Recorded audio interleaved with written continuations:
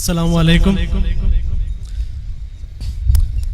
Stage पे बैठे popular front के लीडरान, गेस्ट और मेरे सामने बैठे मेरे भाई और बहनों, आप सबका मैं सबसे पहले पॉपुलर फ्रंट ऑफ इंडिया की नेशनल कमेटी की तरफ से शुक्रिया अदा करना चाहता हूं। इसलिए नहीं क्योंकि आप लोग हमारे प्रोग्राम में आए, सिर्फ इसलिए नहीं क्योंकि आप लोग पॉपुलर फ्रंट के परेड को देखने के लिए आए, क्योंकि आज इंडिया में पॉपुलर फ्रंट ऑफ इंडिया के प्रोग्राम के साथ जुड़ना ही सबसे बड़ी एक हिम्मत की बात है। पॉपुलर फ्रंट ऑफ इंडिया के साथ वही लोग जुड़ते हैं जिनके पास हिम्मत होता है। बुज़दिलों की जमात को लेकर पॉपुलर फ्रंट ऑफ इंडिया ये लड़ाई नहीं लड़ सकता। तो आज जो भी लोग यहां पर आए हैं, ऐसा मत समझिए कि आप लोग सिर्फ एक छोटे से एक शहर के अंदर एक प्रोग्राम के लिए आए, नहीं, बल्कि दिल्ली में बैठे ये जो दो ड्रामेबाज हैं, वो दो ड्रामेबाजों को आप एक मैसेज दे रहे हैं। वो दो ड्रामेबाजों को ये मैसेज दे रहे हैं कि जो चाहे कोशिश कर लो, जो चाहे आजमाना है आजमा लो, हम लोग डरने वाले नहीं हैं।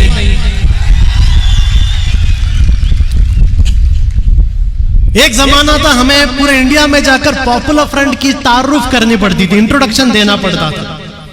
हमेशा हम जाते थे, लोग पूछते थे क्या है पॉपुलर फ्रंट, कौन है पॉपुलर फ्रंट, कहां से है पॉपुलर फ्रंट। हमारे पास ना तो इतने पैसे थे, ना तो इतने मीन्स थे कि गली गली जाकर लोगों से कहते पॉपुलर फ्रंट क्या है। हम लोग हर जगह मीडिया से रिक्वेस्ट करते थे हमारा प्रेस रिलीज पब्लिश करो। हम मीडिया वाले से कहते थे हमारा फोटो पब्लिश करो। हम मीडिया वाले से कहते हैं आओ हमारा प्रोग्राम कवरेज करो। लेकिन एक जमाना था जब कोई नहीं आता था, लेकिन आज पूरे इंडिया के गांव गांव में बच्चे बच्चे को पता है पॉपुलर फ्रंट क्या है। और आज यहां पर भी बहुत सारे लोग आए हैं, वही गोदी मीडिया के लोग, अलग अलग लोग आए यहां पर। वो कोई पॉपुलर फ्रंट की पॉजिटिव पब्लिसिटी के लिए नहीं आए। आज पॉपुलर फ्रंट के प्रोग्राम में वो कुछ ऐसे बात चुनने के लिए आए जिसको लेकर कल हेडलाइंस होगा।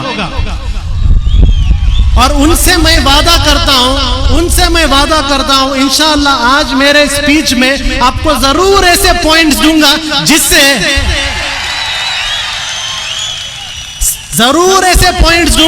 जिससे ना सिर्फ गोदी मीडिया बल्कि वो दिल्ली में बैठे हुए दो ड्रामेबाज और वो दो ड्रामेबाज का मास्टर जो नागपुर में बैठे हैं, उनके कुर्सियां भी हिल जाने हैं।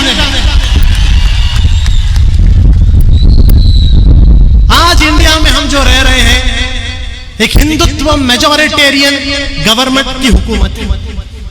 एक ऐसी हुकूमत इंडिया के अंदर हुकूमत कर रही है जो हुकूमत कोई हक को नहीं मानती, किसी के हक को नहीं मानती। आप चाहे मुस्लिम हो, क्रिश्चियन हो, हिंदू हो, दलित हो, आदिवासी हो, कोई भी हो, अगर आप इस गवर्नमेंट की मुखालिफत करते हैं, अगर आप इस गवर्नमेंट को अपोज करते हैं, तो ये गवर्नमेंट अपनी सारी मैकेनिज्म को इस्तेमाल करेगी आपको बर्बाद करने के लिए। ऐसी एक गवर्नमेंट को आज हम इंडिया में देख रहे हैं।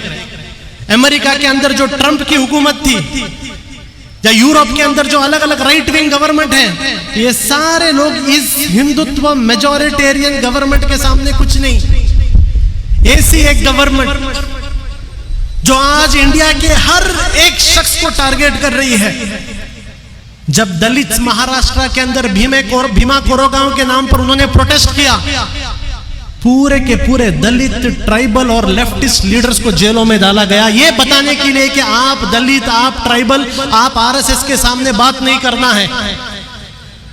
जब सीए प्रोटेस्ट हुआ, जब पूरे इंडिया के स्टूडेंट सीए के रास्ते में उतर गए, सीए का प्रोटेस्ट किया, हम देखते हैं दिल्ली राइट्स को लेकर पूरे के पूरे सीए एक्टिविस्ट को टारगेट किया, ये बताने के लिए कि आप हमारे सामने नहीं आना है। और आज जब फार्मर्स प्रोटेस्ट कर रहे हैं, 26 फरवरी को ट्रैक्टर रैली के जैसा एक ड्रामा कर फार्मर्स को भी टारगेट किया जा रहा है, फार्मर के लीडर्स को भी अरेस्ट किया जा रहा है। मैसेज एकदम क्लियर है, मैसेज एकदम क्लियर है, अगर इंडिया में जीना है तो इस गवर्नमेंट का गुलाम बन के रहना होगा। मैसेज एकदम क्लियर है। ये गवर्नमेंट अभी कोई भी सबका साथ सबका विकास वो पूरा चला गया है, वो सब चला गया। अब एक सिंगल एजेंडा ये गवर्नमेंट आप लोगों को दे रही है, और जो जो लोग आज मेरी ये बात सुन रहे हैं उन सबको ये गवर्नमेंट, इंडिया की गवर्नमेंट एक सिंगल एजेंडा दे रही है। वो सिंगल एजेंडा ये है, क्या आप आरएसएस से डरते हो या नहीं? अगर आप आरएसएस की चापलूसी करोगे तो आपको गवर्नर का सीट मिलेगा, आपको रंजन गोगोई के जैसा पार्लियामेंट में सीट मिलेगा, आपको अलग अलग जो बड़े बड़े पॉलिटिशियंस कांग्रेस से लेके जाकर बीजेपी में भाग रहे हैं, मुसलमानों का वोट लेकर बीजेपी में जा रहे हैं, उनको मिनिस्टर सीट मिलेगा। लेकिन अगर आप बीजेपी का साथ नहीं दोगे, अगर आप बीजेपी के खिलाफ बात करोगे तो आपको यूएपीए मिलेगा, आपको ईडी मिलेगा, आपको एनआईए मिलेगा। मैं भी आपसे पूछता हूं, यहां बैठे हुए लोगों से पूछता हूं, जब ये आरएसएस के लोग आपको ये वार्निंग दे रहे हैं, जब ये बीजेपी गवर्नमेंट आपको वार्निंग दे रही है कि क्या आप सरेंडर करेंगे, तो आपका जवाब क्या है? सरेंडर करेंगे? सरेंडर करेंगे? देखिए, एक बात वो भूल चुकी है, इंडिया में आज भी मुस्लिम कम्युनिटी जिंदा है, आज भी मुस्लिम कम्युनिटी जिंदा है। ये मुस्लिम कम्युनिटी के बारे में बहुत सारा नेगेटिव न्यूज भी आता है, बैकवर्ड है, सचर कमेटी में ऐसा लिखा है, एजुकेशन नहीं है, सब है। लेकिन ये मुस्लिम कम्युनिटी की एक कैपेसिटी भी है, याद रखिए। ये मुस्लिम कम्युनिटी की एक कैपेसिटी भी है, जो अल्लामा इकबाल ने कहा है, तौहीद की अमानत सीनों में है हमारे, आसान नहीं मिटाना नामो निशा हमारा। ये इंडिया की मुस्लिम कम्युनिटी को आज लीड लेना होगा, ये आरएसएस को जवाब देने के लिए। जब ये आरएसएस इंडियन फैब्रिक को तबाह करने की कोशिश कर रहा है, इंडियन मुस्लिम्स को लीड लेना पड़ेगा। और आज पॉपुलर फ्रंट ऑफ इंडिया वो लीड ले रहा है, इसलिए हम लोग देख रहे हैं हर दिन पॉपुलर फ्रंट को टारगेट किया जा रहा है। दिल्ली के अंदर सीए प्रोटेस्ट हुए, टारगेट पॉपुलर फ्रंट को बनाया गया। दिल्ली में दंगे कर कर मुसलमानों की जान ली गई, लेकिन केस पॉपुलर फ्रंट पर डाला गया, ईडी पॉपुलर फ्रंट के पीछे आई। अभी हम देखते हैं हाल ही में कल यूपी के अंदर पॉपुलर फ्रंट ऑफ इंडिया के 2 मेंबर्स को, पॉपुलर फ्रंट ऑफ इंडिया के 2 मेंबर्स, आपके जैसे ही 2 कैडेट्स, ये 2 कैडर्स को कल यूपी पुलिस ने अरेस्ट किया। 11 तारीख को अरेस्ट किया, 16 तारीख तक उन्हें मीडिया के सामने प्रेजेंट नहीं किया। और कल जब हमने केरला में पुलिस कंप्लेंट फाइल किया, तब शाम को लेके आकर वहां पर एक प्रेस कॉन्फ्रेंस करते हैं, और प्रेस कॉन्फ्रेंस में बताया जाता है कि ये लोग ब्लास्ट करने आए थे, ये लोग टेररिस्ट अटैक करने आए थे, ये लोग एक्सप्लोजिव लेके घूम रहे थे। यानी 11 तारीख को अरेस्ट करने के बाद 16 तारीख आपको पता चला कि ये लोग टेरर अटैक करने आए थे। इसका मतलब क्या है? याद रखिए, पॉपुलर फ्रंट ऑफ इंडिया को हर दिन टारगेट किया जाएगा। मैं यहाँ बैठे हुए हर एक आदमी से कहता हूं, अगर कोई सोच रहा है कि पॉपुलर फ्रंट को टारगेट बंद हो जाएगा, गलत फहमी है। एवरी डे, हर दिन पॉपुलर फ्रंट पर एक नया इल्जाम लगाया जाएगा, पॉपुलर फ्रंट को नया टारगेट किया जाएगा। पॉपुलर फ्रंट के मेंबर से भी मैं यहां पर कहना चाहता हूं, रेडी हो जाओ, यूएपीए आने वाला है, ईडी केसेस आप पर पड़ने वाले हैं, एनआईए आपके पीछे आने वाला है, नेशनल सिक्योरिटी एक्ट आप पर लगाने वाले हैं, सेडिशन केस आप पर लगाने वाले हैं, ये सारे चीज आने वाले हैं। इस सब के लिए रेडी रहने का एक वक्त आ गया है, ये सब चीज आएगा। और उम्मीद मत कीजिए कि ये जो दिल्ली के अंदर बैठे जो आरएसएस के 2 प्रचारक हैं, ये प्रचारक कुछ रहम दिखाएंगे। ये ऐसे प्रचारक हैं जो बचपन से आरएसएस के शाखा में बैठकर मनुवाद सीखे हुए लोग हैं। वो मनुवाद जो कहता है कि पूरा का पूरा हुकूमत एक छोटे ग्रोह के हाथ में रहना है। यहाँ पर मुस्लिम्स उनके दुश्मन है, यहाँ पर क्रिश्चियंस उनके दुश्मन है, यहाँ पर कम्युनिस्ट उनके दुश्मन है। ऐसे एक आइडियोलॉजी का ट्रेंड हुए 2 लोग आज इंडिया को चला रहे हैं। इनसे कोई भी उम्मीद मत रखिए, सिर्फ एक ही उम्मीद रखिए। वो उम्मीद ये है कि हर दिन आपको टारगेट किया जाएगा। मैंने सुना मंगलोर के अंदर एसडीपीआई के एक्टिविस्ट एसडीपीआई जिंदाबाद बोल रहे थे और यहां पर केस डाला गया उन पर यह कहकर कि वो पाकिस्तान जिंदाबाद कह रहे हैं। देखिए, इसमें आप अरेस्ट हुए हैं, हमारे जो मेंबर्स अरेस्ट हुए हैं, आप उसमें शर्म मत कीजिए। शर्म यहां की पुलिस को करना है, शर्म दक्षिण कन्नड़ की पुलिस को करना है। आप शर्म मत कीजिए। मैं कहता हूं जो लोग अरेस्ट हुए उनको सेलिब्रेट कीजिए, हीरो बनाइए उन्हें। वो 3 लोग जो अरेस्ट हुए हैं दक्षिण कन्नड़ में, वो आपके हीरो हैं। और यहां पर शर्म किसको होना है? यहां पर दक्षिण कन्नड़ की पुलिस को होना है, जो बीजेपी गवर्नमेंट के प्रेशर में आकर अपनी कॉन्स्टिट्यूशनल ड्यूटी को छोड़कर बीजेपी का गुलाम बन रही है। उन्हें शर्म आना चाहिए, हमें नहीं। हमारे हीरो है, वो जेल के अंदर है। अंसद बी फिरोज जो आज यूपी के जेल में, हमारे हीरो हैं वो। और मैं इस स्टेज से आज कहता हूं, पॉपुलर फ्रंट ऑफ इंडिया के पास जो कुछ है, पॉपुलर फ्रंट के पास जो कुछ है, सब कुछ लगा देंगे उनके इंसाफ के लिए इंशाअल्लाह। जो कुछ है सब लगा देंगे। ये तंजीम बनाए हम लोग ऐसे कैडर्स की वजह से। ये तंजीम में कोई लीडर्स नहीं है। कौन से बड़े बड़े खानदानी लीडर्स को उठाकर ये तंजीम नहीं बनाए। ये तंजीम ये कैडर्स ने बनाया। और ये तंजीम में जो कुछ है इन कैडर्स के लिए है। और जो कुछ भी लगेगा इंशाल्लाह इनके इंसाफ के लिए हम लोग लगाएंगे। चंद लोग सवाल करते हैं, पॉपुलर फ्रंट को क्यों टारगेट किया जा रहा है? क्यों टारगेट किया जा रहा है पॉपुलर फ्रंट को? सिंपल आंसर है, आज इंडिया के अंदर जब पूरी की पूरी एक सोसाइटी और स्पेशली मुस्लिम कम्युनिटी को स्लेव बनाने की कोशिश किया जा रहा है, गुलाम बनाने की कोशिश किया जा रहा है, ऐसे वक्त में इस कम्युनिटी को होप देने वाली तंजीम पॉपुलर फ्रंट है।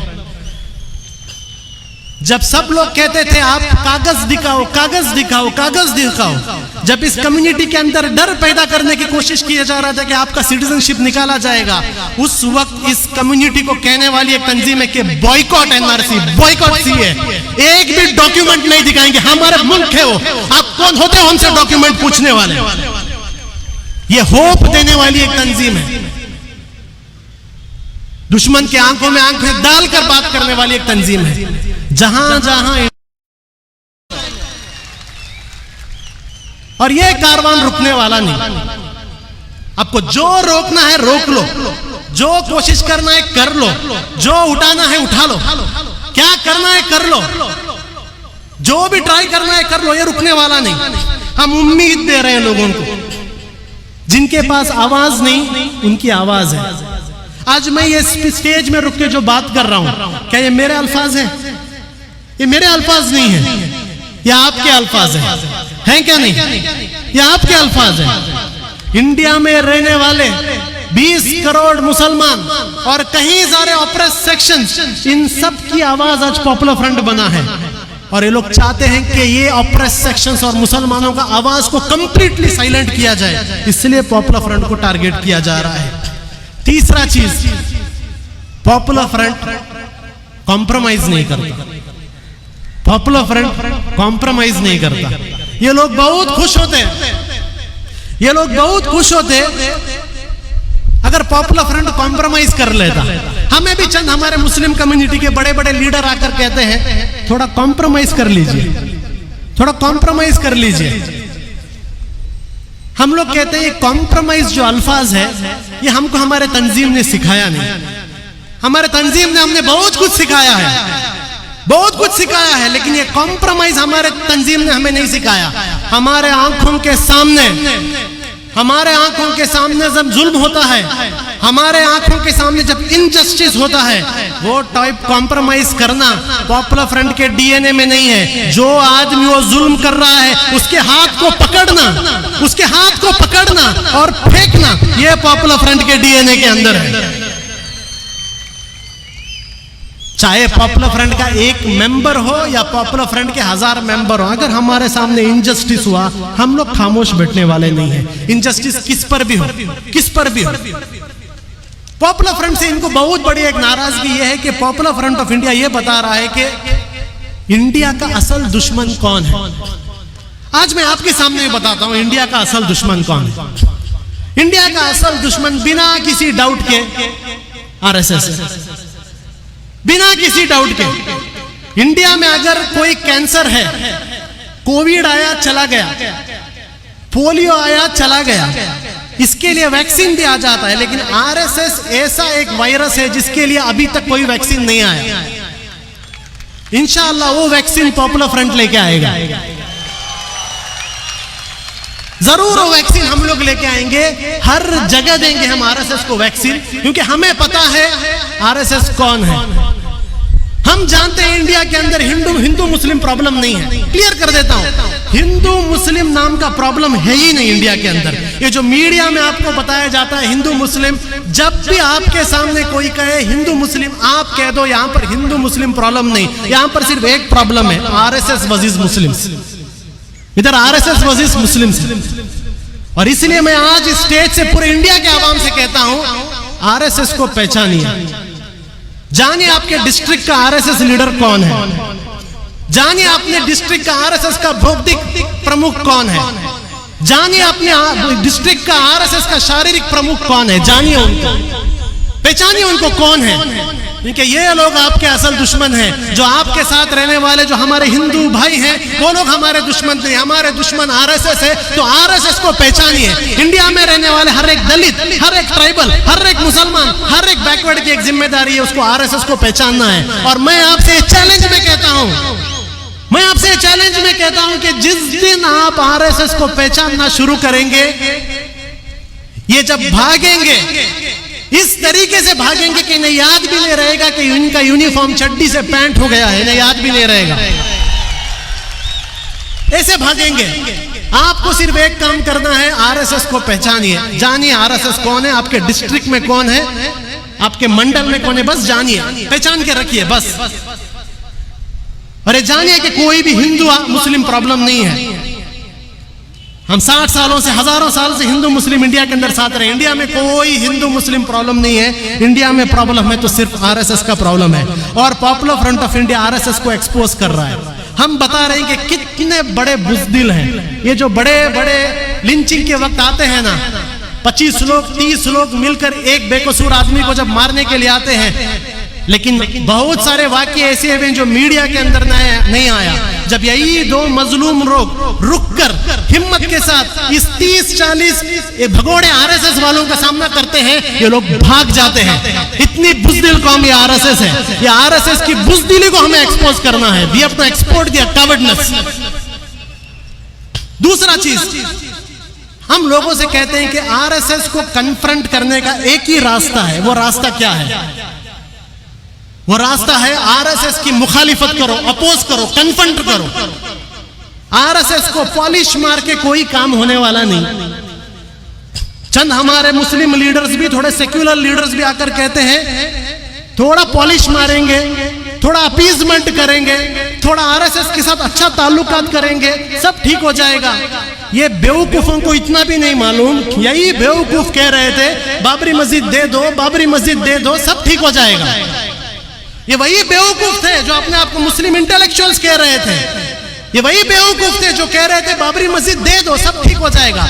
अब तो बाबरी मस्जिद का जमीन चला गया है। क्या इंडिया में शांति आ गई? क्या इंडिया के अंदर सुकून आ गया?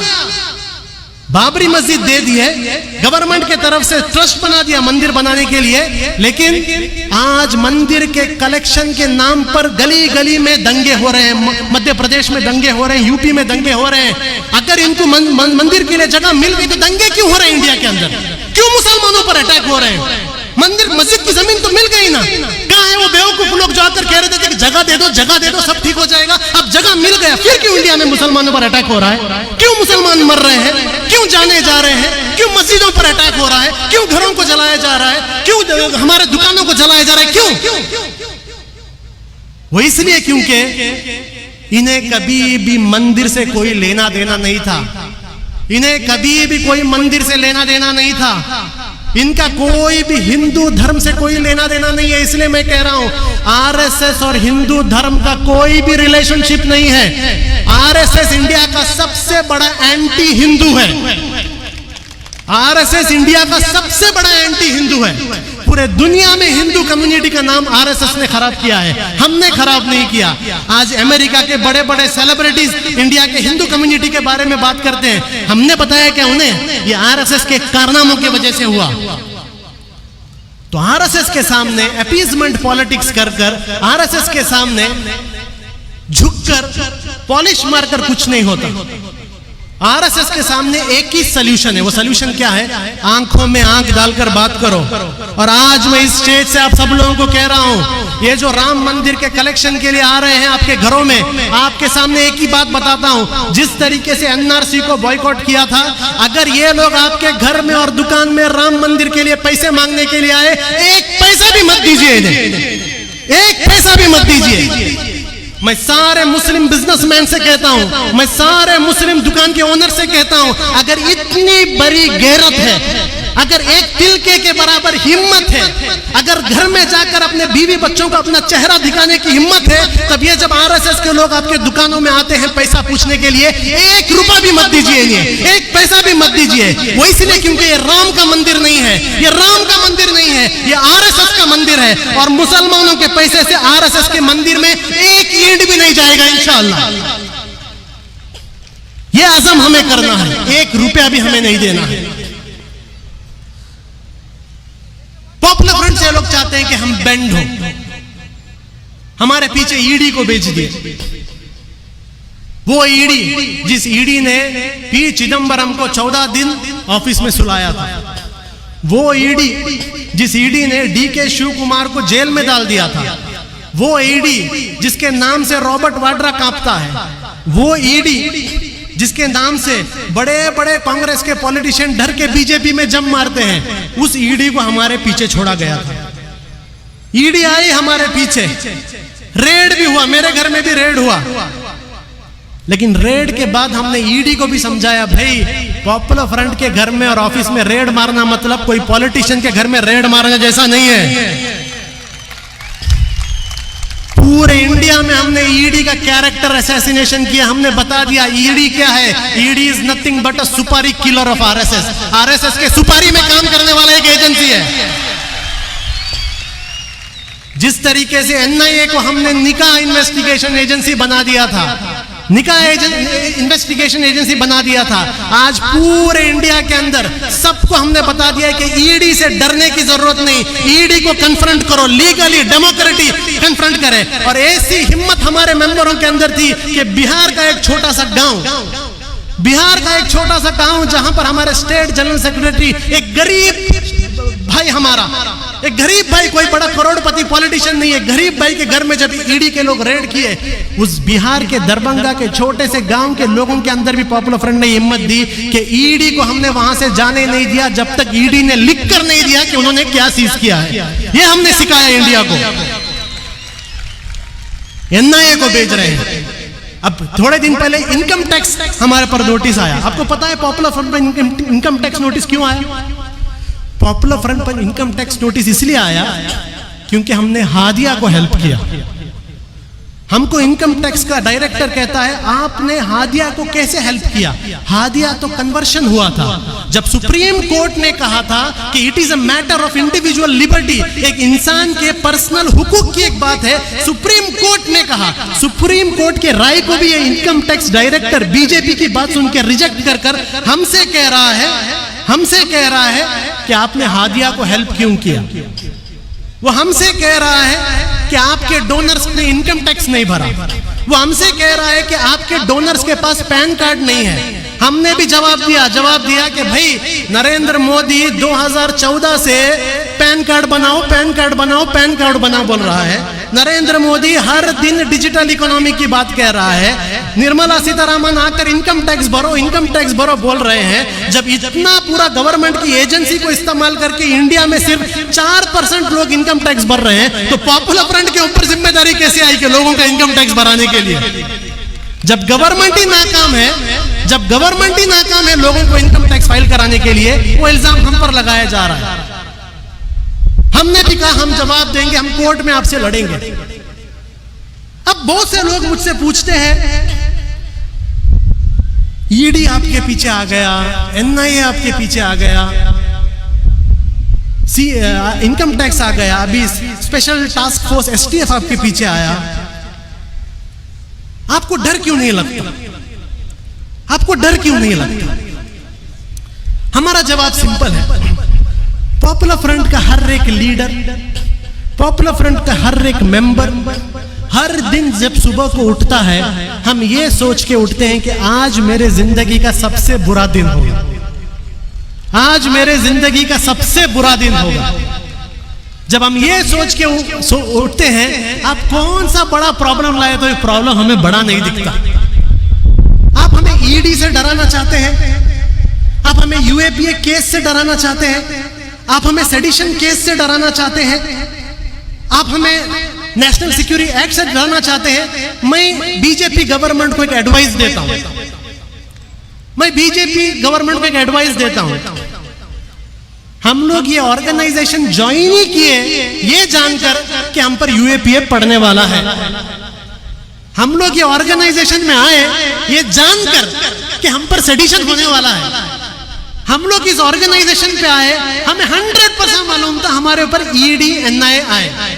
तो भाई जो चीज हमें पहले से ही पता है उस चीज को लेकर आप हमें डरा नहीं सकते। कुछ नया ट्राई करो, कुछ नया ट्राई करो। आपने अपने चड्डीधारी लोगों से लाठी से ट्राई किया, उससे नहीं डरे। लाठी के बाद आपने पुलिस से ट्राई किया, उससे नहीं डरे। उसके बाद एनआईए को नहीं लाए, उससे नहीं डरे। ईडी आ गया, उससे नहीं डरे। मैं आपसे कहता हूं थोड़ा क्रिएटिव बनो, थोड़ा क्रिएटिव बनो। ये चीज जिन चीज से आप हमें डराना चाहते हो ना, हम इस चीज की तलब रखते हैं, हम चाहते हैं हमारे साथ ये हो। पॉपुलर फ्रंट के काम का कोई सर्टिफिकेट नहीं है, पॉपुलर फ्रंट का काम का एक ही सर्टिफिकेट है। जब तक आरएसएस और बीजेपी हमारी मुखालिफत करते रहेगा तब तक हमें सर्टिफिकेट है हम अच्छा काम कर रहे हैं। जिस दिन बीजेपी आरएसएस हमारी तारीफ करेगा उस दिन हमें लगा कि हम बुरा काम करेंगे। तो इन चीजों से हम नहीं डरते। अब मैं लोगों से एक बात कह के मेरी बात कहता हूं, आवाम से एक मैं बात कहता हूं। पॉपुलर फ्रंट कभी भी पीछे हटने वाला नहीं है, कभी भी पीछे हटने वाला नहीं। ये कितने भी हम पर जुल्म आए, अगर कोई एक्सपेक्ट करता है हम लोग पीछे हटे, हम लोग पीछे नहीं हटेंगे। वो इसलिए क्योंकि इस्लामिक हिस्ट्री में जब हम लोग छोटे छोटे मदरसे में होते हैं, हमें एक स्टोरी सिखाया जाता है। इंडिया के सारे और दुनिया के सारे मुसलमानों को एक स्टोरी सिखाया जाता है। हमारे मदरसों में, हमारे घर में एक छोटा स्टोरी सुनाया जाता है। वो स्टोरी ये है कि बिलाल हबशी नाम के एक बहुत बड़े सहाबा थे। उनको जब टॉर्चर हो रहा था और उनको टॉर्चर में ये कहा जा रहा था कि सरेंडर करो, सरेंडर करो, सरेंडर करो, बिलाल को इस तरीके से टॉर्चर किया था कि आज तक किसी ने वैसा टॉर्चर नहीं देखा। वैसा टॉर्चर करने के वक्त जब बिलाल को सरेंडर करने के लिए कहा गया, उमैया ने कहा, बिलाल अगर तू सरेंडर नहीं करेगा तो मैं तुझे ऐसा टॉर्चर दूंगा, ऐसा टॉर्चर दूंगा जो टॉर्चर आज तक अरबों ने सोचा नहीं था, आज तक अरबों ने देखा नहीं था और आज तक अरबों ने सुना नहीं था। तब बिलाल का जवाब था, उमैया तू जो टॉर्चर करना है कर, मैं भी तुझे ऐसा सबर और ऐसा इस्तकामत दिखाऊंगा जो इस्तकामत आज तक अरबों ने सुना नहीं होगा, देखा नहीं होगा और सोचा नहीं होगा। हम लोग ये बिलाल के वाकिया सुनकर बड़े हुए लोग हैं। आप हमें ईडी से डराओगे, आप हमें एनआईए से डराओगे, आप हमें यूएपीए से डराओगे, ये सब चलने वाला नहीं है। अगर आप चाहते हैं पॉपुलर फ्रंट की हिम्मत तोड़ने के लिए, अगर आप चाहते हैं पॉपुलर फ्रंट पर केसेस डाल के डराने के लिए, तो मैं आज पॉपुलर फ्रंट की तरफ से आपको कहता हूं कि हम भी पॉपुलर फ्रंट का हर एक मेंबर ऐसा आपको स्ट्रगल दिखाएंगे जो स्ट्रगल आज तक आरएसएस ने कभी सुना नहीं होगा, कभी देखा नहीं होगा और कभी सोचा नहीं होगा।